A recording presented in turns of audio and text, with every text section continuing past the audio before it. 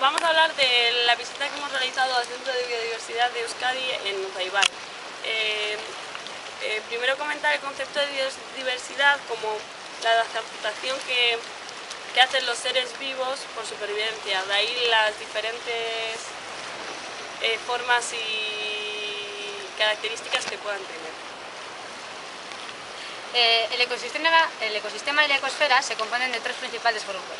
Los primeros son los productores, que son por ejemplo la planta, que durante el día lo que hace es coger CO2 y tirar O2, y por la noche solamente coge algo del CO2, pero muy poco. El consumidor, que por ejemplo son las gambas heterótrofas, son los que comen la planta y la defecan. Y luego están las bacterias autótrofas, que son las que descomponen los residuos del descomponedor. Esta es una red trófica que es de quién se come a quién. Normalmente es el autótrofo quien descompone todo lo del heterótrofo. Hay 531 reservas de la biosfera y hay dos que todavía están en proceso. Exactamente la de la biosfera de Urdaibai está metida en el CEPA, en Ramsar, en la reserva de la biosfera y CECA. Urdaibai es una marisma, como podemos ver.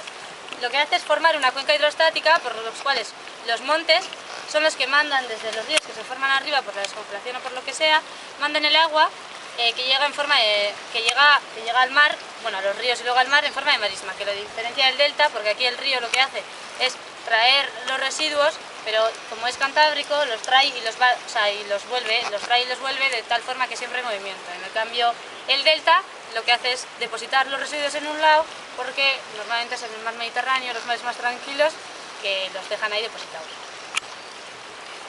Cabe destacar como otro hot point el encinar de Urdaibai, que crece allí donde las hayas no pueden crecer debido a la salinidad que tiene este entorno.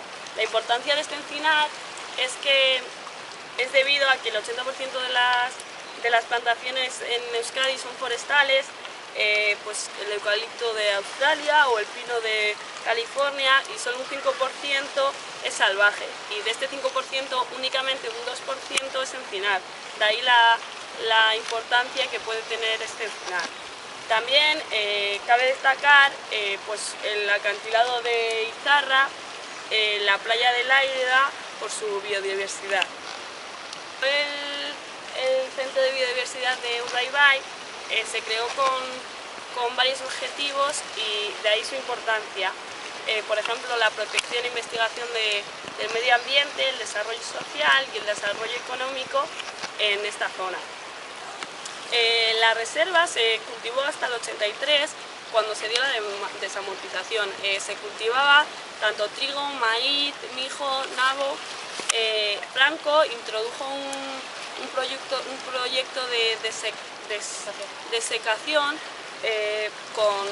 para introduciendo eucaliptus. Hasta entonces, para acceder a estas zonas tan fértiles pero tan húmedas, se tenían que usar algas. En esta reserva hay dos especies bastante invasoras. La más conocida, que es la pampa, y luego la bacari. Esta primera, la pampa, fue traída por los ingleses y se encuentra en tierras muy poco cultivadas, por lo que ha dicho Amaya, pues de Franco hizo que se convirtieran en tierras poco cultivadas. Estas dos especies producen un montón de semillas por floración. En el caso de la pampa son 2 floraciones al año, y por el caso de la bacari solamente es una. La bacaris lo que hace es secar el suelo y se encuentra en tierras con mucha salinidad y mucha humedad. Esto pues, produce bastantes motivos. El mayoritario es el que produce simplemente en monocultivo, y encima las aves no se encuentran a gusto, como por ejemplo el carricero, que arriba no se puede poner, arriba de esas plantas no se puede poner porque los trepadores de arriba se lo van a llevar, y abajo tampoco. Por todas estas razones se han tomado medidas legales para conservar este entorno, de ahí que esté prohibido la caza furtiva, la pesca furtiva, el fuego, acampar. Ahora nos vamos a centrar en un aspecto concreto que se nos habló en la visita al Centro de Biodiversidad de Urdaibai. Vamos a hablar sobre la ola de Mundaka. De forma sencilla, las olas producen corrientes que frondan contra el suelo, y de esta manera se mueven los sedimentos y se forman montículos. En las zonas poco profundas como son estas, el movimiento de las partículas llega al fondo y el agua flota al fondo y se desplazan los sedimentos. De esta manera se crean tres corrientes, una corriente superficial, una corriente residual y una corriente de retorno. Estas dos últimas, la residual y la de retorno, hacen que se acumulen los sedimentos en un punto concreto, punto de rotura o break point, que hace que se forme la famosa barra. De esta manera la barra va aumentando de tamaño hasta que se llega al ángulo de reposo. Esta barra hace que las olas, cuando se acercan a la barra, se hacen más grandes y se levantan más. Cuanto más fuerza tenga la ola, más fuerza tienen las corrientes y más rápido se crea la barra.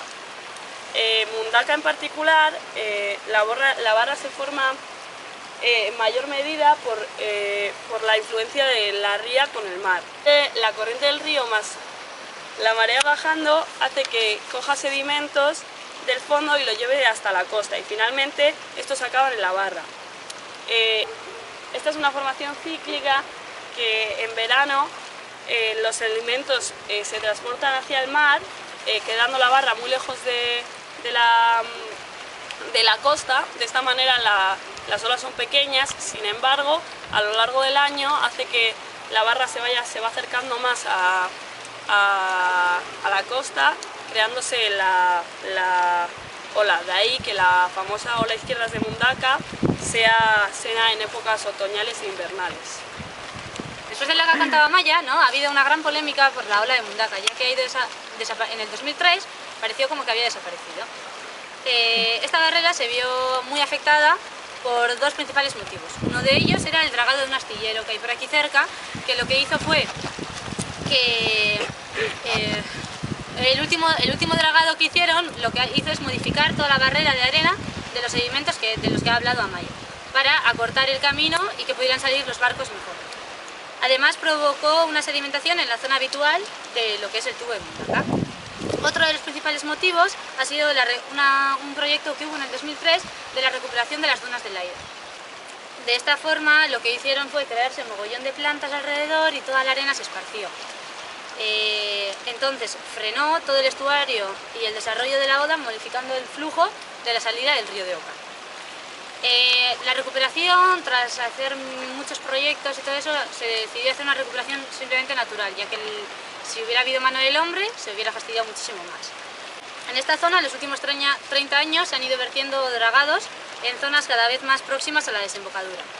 Por lo tanto, según indicaron unos técnicos presentes en el patronato de Urdaibai, a partir de ahora solamente se podrá dragar en unos lugares estrictamente concretados.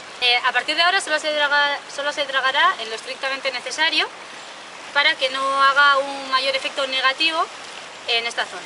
En el caso de extraerse arena, el volumen deberá ser lo más mínimo posible, respetando a la naturaleza y al tubo que constituye la ola de Mundaka.